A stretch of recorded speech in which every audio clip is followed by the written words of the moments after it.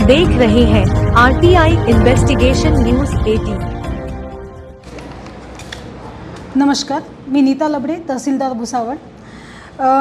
महसूल विभागामध्ये 1 ऑगस्ट ते 7 ऑगस्ट असे 7 दिवस महसूल सप्ताह राबविण्याबाबत सध्याच आपल्याकडे 29 जुलै 2025 रोजी शासन निर्णय हा निर्गमित झालेला आहे।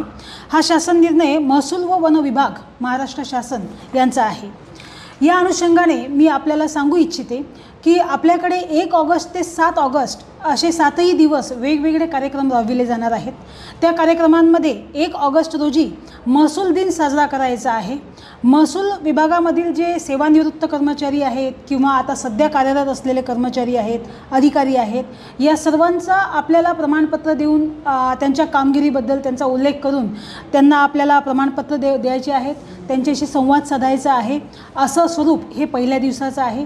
तो सुद्धा आपल्या तहसील कार्यालयामध्ये साजरा केला जाईल आणि त्यांच्या अडीअडचणीसुद्धा त्या दिवशी ऐकून घेतल्या जातील आणि समजावून घेतल्या जातील।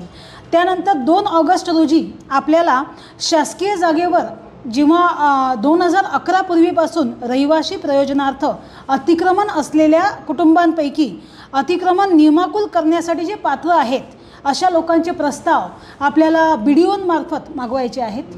ग्रामीण स्तरावरचे BDOंमार्फत आपल्याकडे येतील आणि ते प्रस्ताव आपल्याला त्यावर जे पात्र लाभार्थी आहे त्यावर आपल्याला उचित कारवाई करायची आहे।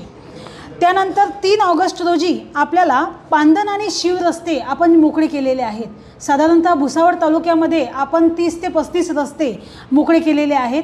त्यामध्ये आपण भूमी अभिलेख विभाग आणि पोलीस विभाग यांचं सहकार्य घेऊन आपण रस्ते मोकळे केलेले आहेत। त्या रस्त्याच्या दोन्ही बाजूंना आपल्याला झाडं लावून म्हणजे वृक्षारोपण करण्याबाबतचे निर्देश प्राप्त झालेले आहेत। ती योजनासुद्धा आपण राबविणार आहोत।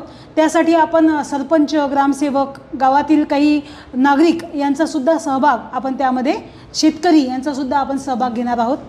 त्यानंतर 4 ऑगस्ट रोजी आपल्याला छत्रपती शिवाजी महाराज महाराजस्व अभियान हा प्रत्येक मंडळनिहाय राबवायचा आहे।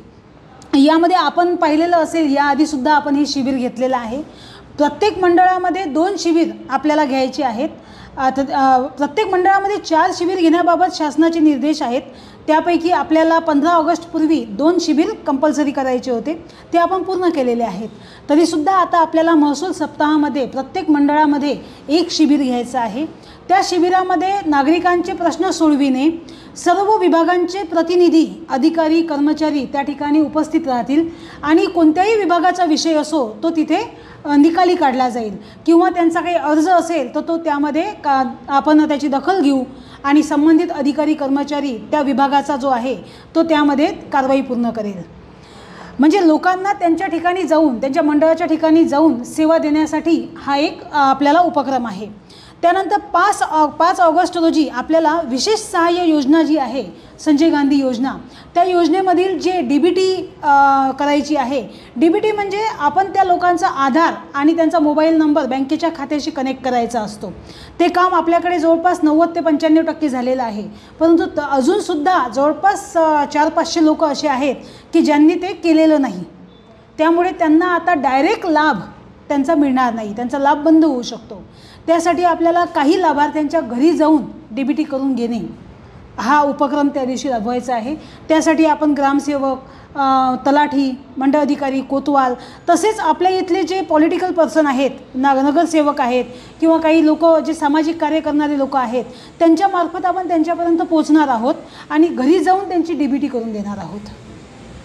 त्यानंतर 6 ऑगस्ट रोजी आपल्याला शासकीय जमिनीवरील अतिक्रमणे निष्कासित करण्याबाबतचं काम करायचं आहे आणि शर्तभंगाचे काही प्रकरणं असतील तर त्यामध्ये आपल्याला कारवाई करायची आहे। आता यामध्ये शासकीय जमिनीवरील अतिक्रमण असेल तर आपण ग्राम विकास विभाग यामध्ये काम करत असतो, कारण ते त्यांच्या ताब्यामध्ये किंवा त्यांच्या नियंत्रणाखाली त्या जमिनी असतात।